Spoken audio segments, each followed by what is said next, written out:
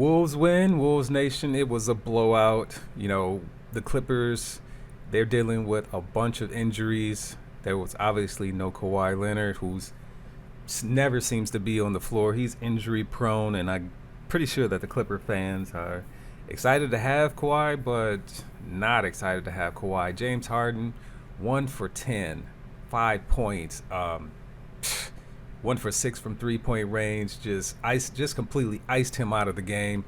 Nasri had a couple chase down blocks, one big time block against James Harden early in the first quarter. Julius Randle went off. The first quarter was his. I wanted to see him go for almost 50. I was hoping that we'd give him the ball and just he continued to shoot, but the mindset that he had, it was just like he got hot, but winning was more important. So he was making the right plays, and it was good to see, a player of his caliber just say, okay, I'm not going to go for 50. I'm going to just make sure that we get the win. And, you love to have a player like that on a team, and he's a solid 4. A lot of people get on Rudy Gobert. He led the team in assists with 9 and 8 points. Led the team in rebounds. How many rebounds? He had 9 rebounds too. I'm sorry, he had 7 assists. He had 9 rebounds. But again, we got to get off Rudy. We know that he has small hands and he fumbles a lot of passes. But if you think about it, his free throw shooting has greatly improved. He used to airball free throws, but now he's swishing them. So I can understand his frustration when he posts up smaller players and he wants the ball down low because he's going to get hacked.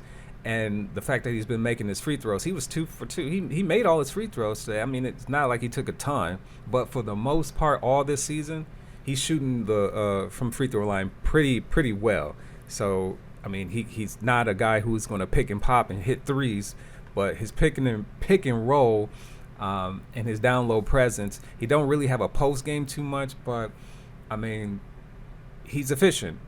He's definitely worth all the draft picks in my opinion, and defensive player of the year, 4-time defensive player of the year, a certain Hall of Famer.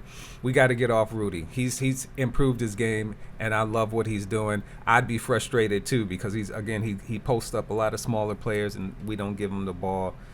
Sometimes he deserves the ball, sometimes he doesn't, but we got to get off him and support him because he's playing, in my opinion, the best he can possibly play. Anthony Edwards went 5 for 14, 16 points. Mike Conley, 11 points. We had no Rob Dillingham. The Clippers had no Norman Powell, who obviously is a champion when he played with Toronto. But even still, that wouldn't have made a difference. The Wolves are clicking. And if the season ended today, we wouldn't be not even in the play-in. We're in an 11th spot, 11-10.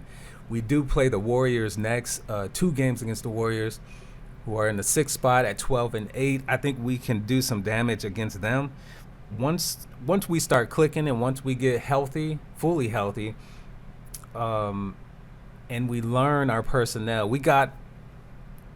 it's hard to explain this, but we got the perfect players at the perfect position. Mike Conley is the prototypical point guard, pass-first point guard. Anthony Edwards speaks for himself. At the 3, Jaden McDaniels, he just wants to play defense. We don't really need too many points from him, even though he's a great corner 3-point shooter and he's great at getting putbacks. Obviously, Rudy Gobert is a prototypical center. He's probably, you won't say he's the best. You're going to say, most people will say Jokic. Joel Embiid is injury prone, but Rudy is a solid 5.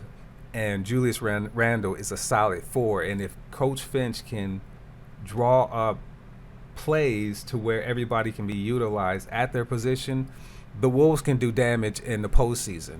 The trade obviously is going to take some time, still taking time to get used to. But once we get clicking, when we go on runs, man, the team looks really, really good. I won't say we look unbeatable, but we look really, really good.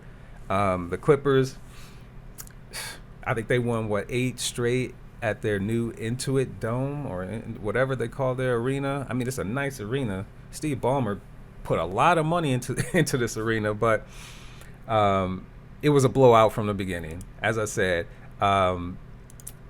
we got to look forward to Golden State and keep taking it one game at a time. it's a rocky start as most of us predicted, but just got to keep winning, got to keep playing hard and figure this thing out. And Dante DiVincenzo coming off the bench, sometimes he looks, I won't say lackadaisical, but tonight or last night, he looked kind of, like he wasn't really aggressive. I'll say that. We know he has a solid game, but he didn't really look too aggressive. It was a blowout win, so I'm not going to get on him for that. It was great to see Josh Minot getting a lot of playing time. He's getting more playing time than he ever has in his career up in the big leagues. And Terrence Shannon Jr., we just came back from Iowa, watching him dominate down there. He got some playing time, and Luka Garza always is going to come in and give us some big minutes. But great, solid win, Wolves Nation. We got some positive things to look forward to.